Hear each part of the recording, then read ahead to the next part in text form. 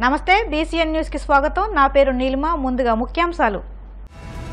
ఢిల్లీ పర్యటన అనంతరం నేరుగా విశాఖ వెళ్లిన జనసేన అధినేత పవన్ కళ్యాణ్ అనకాపల్లి నూకాంబిక అమ్మవారి ఆలయంలో ప్రత్యేక పూజలు.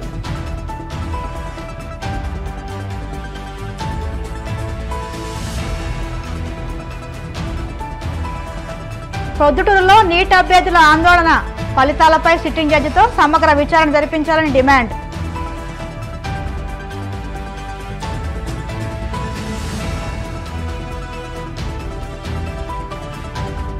దారుణానికి తెగబడిన ఉగ్రవాదులు, జమ్మూలోని రాయసి జిల్లాలో యాత్రికుల బస్సుపై తోటాల వర్షం.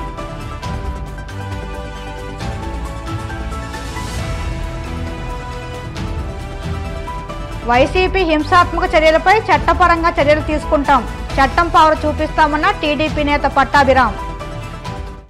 జనసేన అధినేత పవన్ కళ్యాణ్ విశాఖ చేరుకున్నారు. ఢిల్లీ పర్యటన ముగించుకుని పవన్ నేరుగా వైజాగ్ వెళ్లారు. అక్కడ నూకాంబిక అమ్మవారి మొక్కు తీర్చుకున్నారు. అనకాపల్లి నూకాంబిక అమ్మవారి దర్శనానికి పవన్ కళ్యాణ్ వెళ్లారు. ప్రత్యేక విమానంలో విశాఖ ఎయిర్పోర్టుకు పవన్ చేరుకున్నారు. ఆర్భాటం లేకుండా పవన్ విశాఖ టూర్ కొనసాగుతుంది. పార్టీ నేతలను సైతం తనతో రావద్దని ఆయన సూచించారు. తమ పార్టీ మంచి విజయం సాధించి అధికారంలోకి వస్తే నూకాంబిక అమ్మవారిని దర్శించుకుని పిఠాపురం వెళ్తానని అనకాపల్లి రోడ్ షోలో పవన్ కళ్యాణ్ చెప్పారు.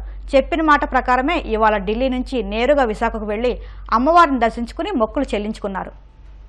కడప జిల్లా ప్రొద్దుటూరులో నీట్ అభ్యర్థులు ఆందోళనకు దిగారు. ఈ నెల 4వ తేదీన విడుదలైన నీట్ ఫలితాలపై సిట్టింగ్ జడ్జితో సమగ్ర విచారణ జరిపించాలని డిమాండ్ చేస్తూ విద్యార్థులు ఆందోళన బాట పట్టారు. ఈ మేరకు ప్రొద్దుటూరు పట్టణంలోని శివాలయం కూడలి వద్ద ఏఐఎస్ఎఫ్ జిల్లా కార్యదర్శి గుజ్జుల వరరాజు, పీటర్, ప్రేమ్, టోనీ, జహీర్ ఆధ్వర్యంలో నిరసనలు తెలియజేశారు. సమగ్ర విచారణ జరిపించాలని దేశవ్యాప్తంగా అఖిల భారత విద్యార్థి సమాఖ్య ఆధ్వర్యంలో ఆందోళన నిర్వహిస్తా ఉన్నాం.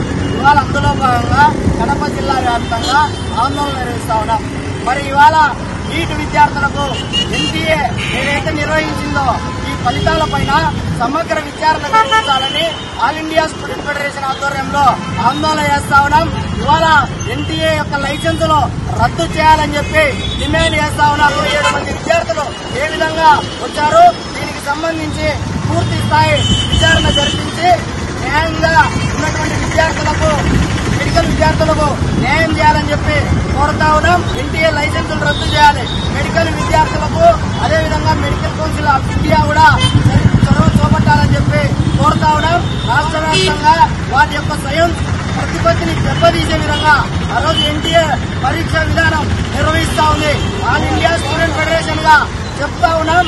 ఇవాళ రాష్ట్రంలో కావచ్చు, దేశంలో కావచ్చు, ఏవైతే ఫలితాలు ఉన్నాయో వీటిపైన సమగ్ర విచారణ జరిపించి ఎన్టీఏను లైసెన్స్ రద్దు చేయాలని చెప్పి కోరుతా ఉన్నాం. 67 మందికి 2020కి 720 మార్కులు వచ్చి ఆల్ ఇండియా ర్యాంక్ వస్తే మిగిలినటువంటి విద్యార్థుల పరిస్థితి ఏంటి?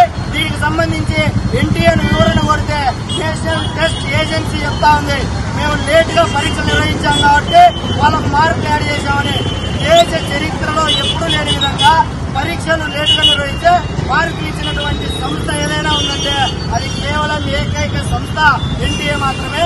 ఈ విధానాన్ని ఆల్ ఇండియా స్టూడెంట్ ఫెడరేషన్ తీవ్రంగా ఖండిస్తున్నాం, వ్యతిరేకిస్తున్నాం. వెంటనే సిట్టింగ్ జడ్జితో వీటిపైన ఫలితాలపైన సమగ్ర విచారణ జరిపించి ఎన్టీఏ లైసెన్సులు రద్దు చేసి మెడికల్ విద్యార్థులకు న్యాయం చేయాలని చెప్పి కోరుతా ఉన్నాం. ఉగ్రవాదులు మరోసారి దారుణానికి పాల్పడ్డారు. జమ్మూ కాశ్మీర్లోని రియాసీ జిల్లాలో ఓ బస్సు యాత్రపై విచక్షణారహితంగా కాల్పులు జరిపారు. ఈ ఘటనలో 10 మంది యాత్రికులు ప్రాణాలు కోల్పోయారు. ఈ దాడిలో దాదాపు 30 మంది ప్రయాణికులు గాయాల పాలయ్యారు. ఆదివారం సాయంత్రం 6 గంటల 10 నిమిషాలకు జమ్మూలోని రాయాసి జిల్లాలో ఉన్న శివకోడి గుహను సందర్శించుకుని తిరిగి వస్తుండగా యాత్రికుల బస్సుపై ఉగ్రవాదులు ఒక్కసారిగా కాల్పులకు తెగబడ్డారు. కాల్పులతో డ్రైవర్ నియంత్రణ కోల్పోవడంతో బస్సు అదుపు తప్పి పక్కనే ఉన్న ఓ లోయలో పడిపోయింది. ఈ దాడిలో గాయపడిన వారిని ఆసుపత్రికి తరలించారు. ఉగ్రదాడుల నేపథ్యంలో రియాసి జిల్లాలతో పాటు పరిసర ప్రాంతాల్లో భద్రతా దళాలు విస్తృతంగా తనిఖీలు చేపడుతున్నాయి. యాత్రికులపై ఉగ్రవాదుల దాడి ఘటనపై స్పందించిన ప్రధాని మోదీ అక్కడ పరిస్థితులను పర్యవేక్షించాలని ఆదేశించారు. ये लगभग 6 बजे के करीब एक यात्री बस जो है वो शिवखोड़ी से दर्शन करके टुवर्ड्स रियासी जा रही थी। तो उसी बीच इसी स्पॉट पे मिलिटेंट्स ने बस के ऊपर फायर किया। वो फायर करते ही driver lost control of the bus और फिर वो नीचे खाई में जाके बस गिरी। ये इंसिडेंट है पूरा। उसके बाद वो लोग यहाँ से फरार हो गए और JNK पुलिस साथ में सिविल्स लोकल सिविलियंस ने उनको रेस्क्यू करने में मदद की। बाय 7:45 रेस्क्यू ऑपरेशन जो है वो कंप्लीट कर लिया गया। 9 people are reportedly they are feared dead and 33 were injured. उनका अभी भी इलाज डिफरेंट हॉस्पिटल्स में चल रहा है। ड्रोन्स वगैरह ड्रोन्स भी यूज हो रहे हैं। हमने अपनी 5 टीम्स बनाई हैं जो कि ये सारे एडजॉइनिंग आप देख ही रहे हैं। ये काफी फॉरेस्टेड एरिया है, काफी हाइट में है। ये पीछे की जितनी भी पीक्स हैं, इसके बैक साइड पे अरनास का एरिया टच करता है, रजौरी का बॉर्डर है ये। वहां पे भी हमारी SOG की टीम साथ में CAPF और हमारी JNK पुलिस, हम सब एक प्रॉपर एक టీం బనా వైసీపీ సృష్టించిన హింసాత్మక ఘటనలపై చట్టపరంగా చర్యలు తీసుకుంటామని టీడీపీ నేత కోమారెడ్డి పట్టాభిరామ్ అన్నారు. హింసని ప్రోత్సహించగానే చట్టం పవర్ ఏంటో తప్పక రుచి చూపిస్తామని ఆయన హెచ్చరించారు. రెడ్ బుక్ అనేది సమస్యలను తెలిపే ఒక రియాలిటీ అని పట్టాభిరామ్ అన్నారు. అవినీతికి అడ్డుకట్ట వేస్తే సంక్షేమ కార్యక్రమాలన్నీ అమలు చేయవచ్చని, కూటమి మేనిఫెస్టోలోని ప్రతి పథకాన్ని అమలు చేస్తామని స్పష్టం చేశారు. ప్రజల గళం నుంచి వచ్చిన ప్రజా మేనిఫెస్టో అని అన్ని వర్గాల ప్రజల ఆకాంక్షలు నెరవేర్చడమే కూటమి మేనిఫెస్టో లక్ష్యమన్నారు. యువగళం, ప్రజాగళం, జనవాణిలు కూటమి విడుదల చేసిన వాట్సాప్ నెంబర్కు వచ్చిన 1,30,000 వినతుల ఆకాంక్షల నుంచి మేనిఫెస్టోను రూపొందించామన్నారు. బాబు షూరిటీకి మోదీ గ్యారంటీ తోడుగా ఉందని పట్టాభి స్పష్టం చేశారు. గత కొద్ది రోజులుగా వైసీపీ నాయకులు కొత్త పందాలో కొత్త పదాలు వాడుతూ సరికొత్తగా మాట్లాడుతూ ఉన్నారు. గత 5 సంవత్సరాలుగా రాష్ట్రంలో సైకోలుగా ముద్ర వేయించుకున్నటువంటి నాయకులందరూ కూడా సైకో జగన్మోహన్ రెడ్డి నేతృత్వంలో జిల్లాల వారీగా, నియోజకవర్గాల వారీగా పిల్ల సైకోలుగా ముద్ర వేయించుకున్నటువంటి నాయకులందరూ మీడియా ముందుకు వచ్చి నంగనాచుల్లాగా మాట్లాడుతూ ఉన్నారు. అసలు ఏ పాపం ఎరగనటువంటి వ్యక్తులుగా అత్యంత బుద్ధిమంతుల్లాగా మాట్లాడుతూ ఉంటే రాష్ట్ర ప్రజలందరూ కూడా ముక్కు నేలేసుకుంటా ఉన్నారు. ఓరు మీ దుంపదగా ఏం మాట్లాడుతూ ఉన్నారా, మీరు చేసినటువంటి పిచ్చి చేష్టలేంటి, మీరు మాట్లాడుతున్నటువంటి మాటలు ఏంటని చెప్పి. రాష్ట్రంలో వాతావరణం ఈ విధంగా ఉంటే ఈ పిల్ల సైకో మోకొచ్చి మీడియా ముందుకు వచ్చి అప్పుడే ఆడవటం మొదలెట్టారు. అయ్యో అమ్మో మా పైన దాడులు చేస్తా ఉన్నారు, మమ్మల్ని చితగొడతా ఉన్నారు అని రకరకాల డ్రామాలు అప్పుడే మొదలు పెట్టేశారు.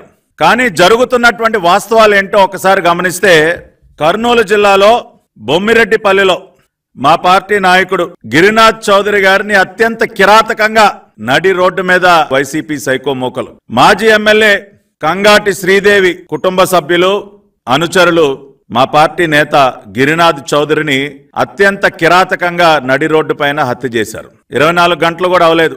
దీనికి ఏం చెప్తారు ఈ పిల్ల సైకోలు? ఇవాళ హింసని ప్రేరేపిస్తున్నది ఎవరు? హింసకి పాల్పడుతున్నది ఎవరు? గిరినాథ్ చౌదరిని చంపింది వైసీపీ పిల్ల సైకోలు, అవునా కాదా? ఇవాళ నంగనాచుల్లాగా మీడియా ముందుకు వచ్చి మాట్లాడుతున్నటువంటి ఆ గుడివాడ గుట్కాగాడిని అడుగుతా ఉన్నా, ఎరా కొడాలి నాని, ఎవర్రా చంపింది? గిరినాథ్ చౌదరి అనే తెలుగుదేశం పార్టీ నాయకుడిని ఎవరు చంపింది? మీ పార్టీ సైకో మోకలు కాదా? ఏమయ్యా పేరుని నాని, ఏంటయా మాట్లాడుతా ఉన్నా మీడియా ముందుకు వచ్చి?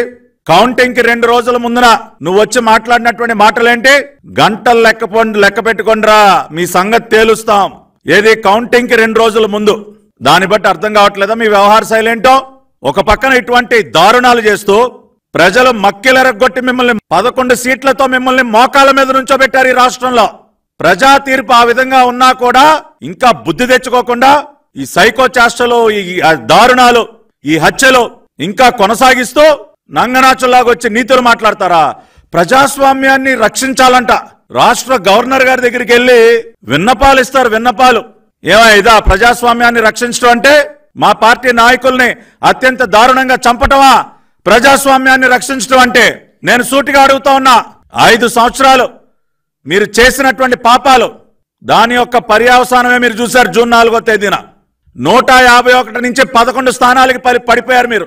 కనీసం ప్రతిపక్ష హోదా కూడా దక్కలేదు. సిగ్గుపడకుండా ఇంకేం మొఖాలు పెట్టుకుని వస్తా ఉన్నారా మీడియా ముందుకు మీరు? నిజమైనటువంటి దేవుడి స్క్రిప్ట్ ఏంటో జూన్ 4వ తేదీన చూపించాడు ఆ భగవంతుడు. 151లో మధ్యలో ఉన్నటువంటి 5ని చెరిపేశాడు ఆ భగవంతుడు. దేనికో తెలుసా? మీ 5 సంవత్సరాల పరిపాలన ఒక కళంకం ఈ రాష్ట్రానికి. అటువంటి కళంకాన్ని రూపుమాపాడు ఆ భగవంతుడు.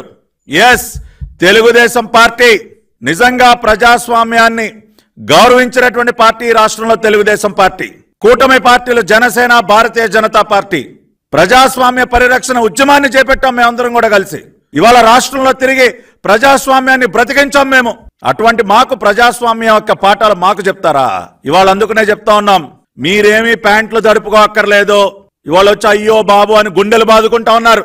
ఈ గుండెలు బాదుకునేటటువంటి పిల్ల సైకోలందరికీ చెప్తా ఉన్నా, అరే బాబు మీరెవరూ ప్యాంట్లు తడుపుకోవద్దు. నేను హామీ ఇస్తా ఉన్నా, రాష్ట్రంలో ఎక్కడా కూడా మీ పైన భౌతిక దాడులు జరగవు, మీ ఇళ్ల పైన దాడులకు ఎవరు తెగబడరు, మీ కుటుంబ సభ్యులను ఎవరు కూడా భయభ్రాంతులకి గురి చేయరు.